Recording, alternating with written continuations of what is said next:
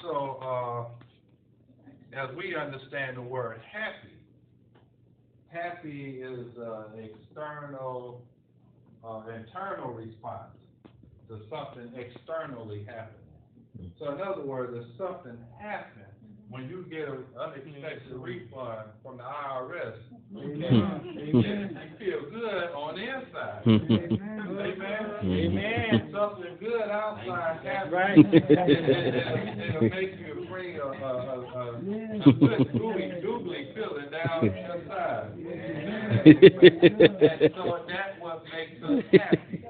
Something happens. But here's the thing.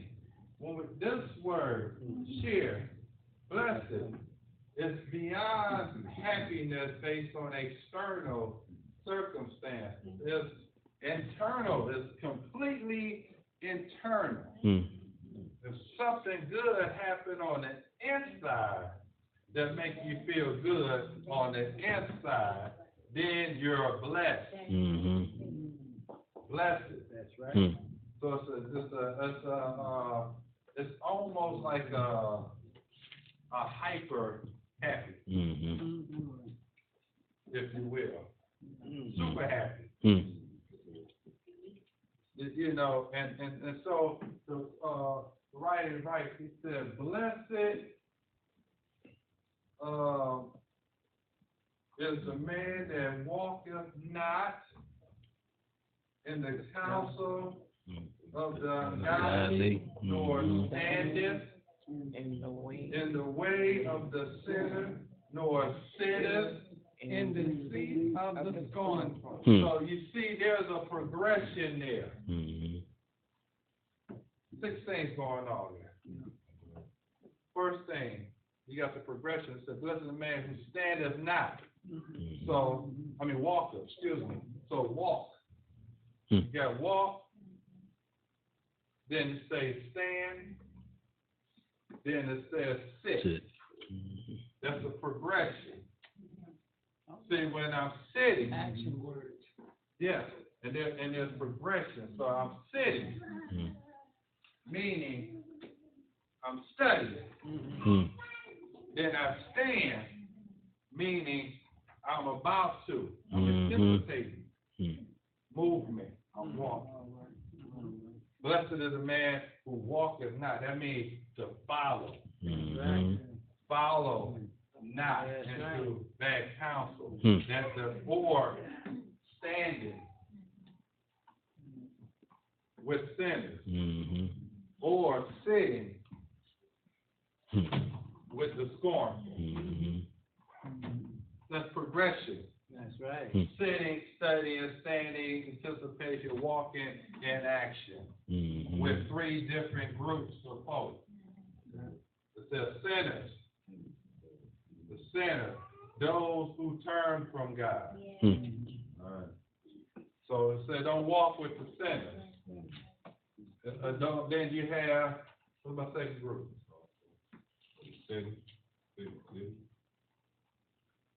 I'm sorry, I messed up. Ungodly. Ungodly, yeah. Ungodly. Walking with the ungodly. Walking with the ungodly. Those who are absent of God, godless. That's right. Those who God is not a part of their life. Walking with those who not assigned for whatever reason, aren't assigned to God as far as they're concerned, for whatever reason. And then standing with sinners, that group that turned away from God. And then sitting with scornful, those who mock God. And so you have a progression of sitting, standing, moving, and then with 3 different types of folks.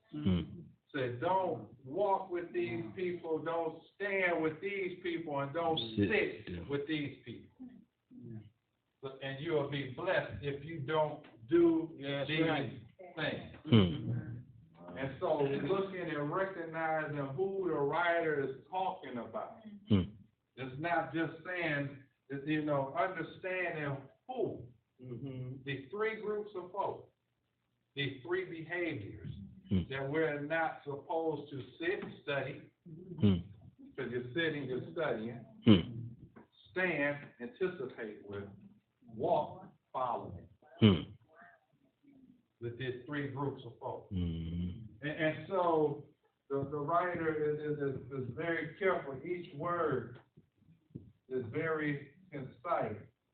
And then the second verse, it says, but his delight in the law of the Lord.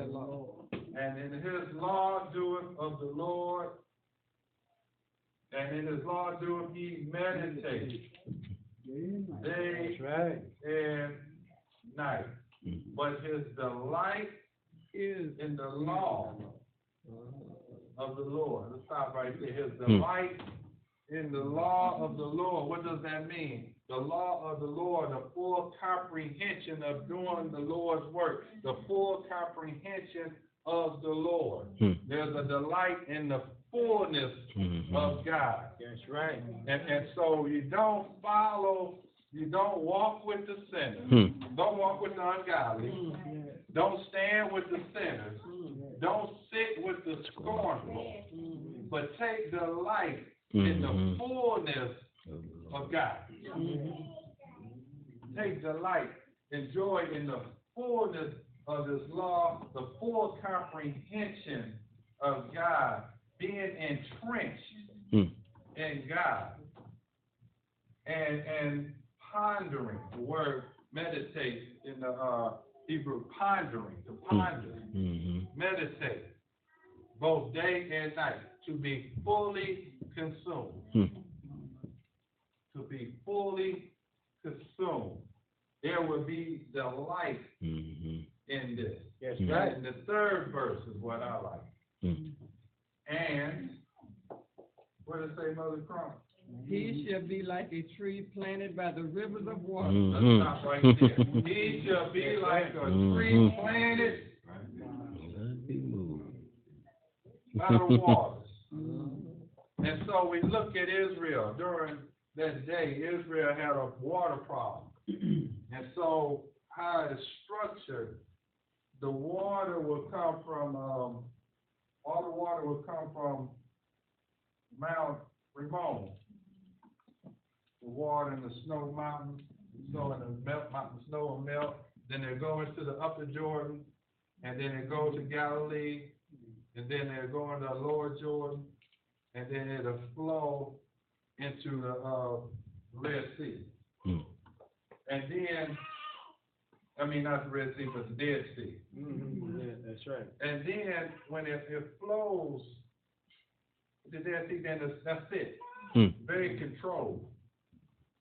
And so the water, whether it was always a drought problem or a water problem. And so when you have a tree that's planted, when there's a shortage of water, you know, the trees don't tend to flourish in the way that it needs to flourish. It's not as strong as it needs to be.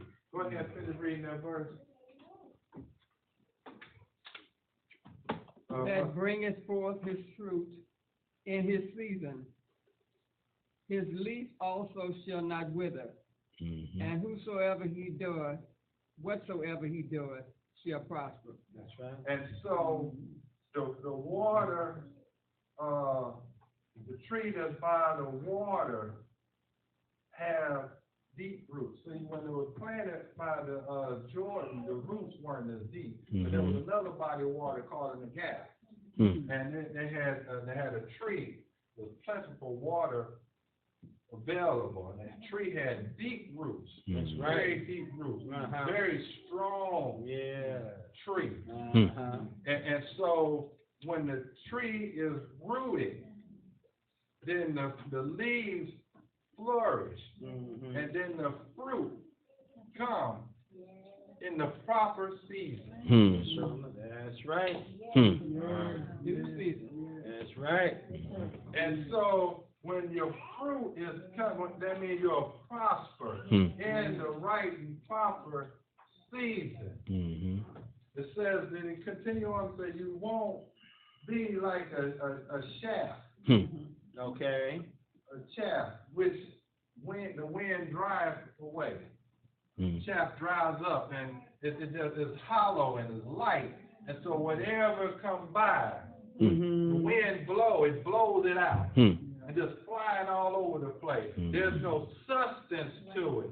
There's nothing holding it down. There's nothing bound. It's all over the place. The same way one would be when they're walking with the ungodly. You're all over the place. The same way one would be if you're standing with sinners. You'll be all over the place. The same way you'll be when you're sitting with the scornful. You're all over the place. But when you're planted by the water, when your roots are deep, and you're strong, then you'll prosper. Fully. You get what I'm saying? That's what he's saying here.